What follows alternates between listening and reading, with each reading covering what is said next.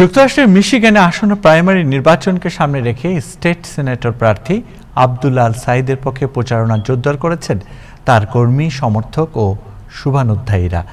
4 August মিশিগানে অনুষ্ঠিত হবে primary নির্বাচন। এর আগে শেষ মুহূর্তে প্রচারণার অংশ হিসেবে বিভিন্ন এলাকায় লিফলেট বিতরণ, মত বিনিময় সভা ও জনসংঘ কার্যক্রম চালিয়ে যাচ্ছেন আব্দুল আল সাইদের সমর্থকরা।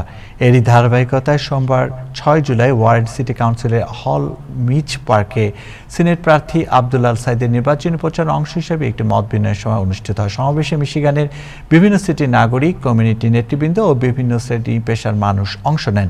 বক্তারা আব্দুল আল সাইদের প্রতি সমর্থন জানিয়ে মুসলিম কমিউনিটি ভোটারদের আরও সক্রিয়ভাবে নির্বাচনী মাঠে কাজ করার অঙ্গীকার করেন। সমর্থকদের মতে মুসলিম সম্প্রদায়ের ঐক্য এবং বিভিন্ন কমিটির মানুষের সমর্থন এবারে নির্বাচনে গুরুত্বপূর্ণ ভূমিকা রাখতে পারে।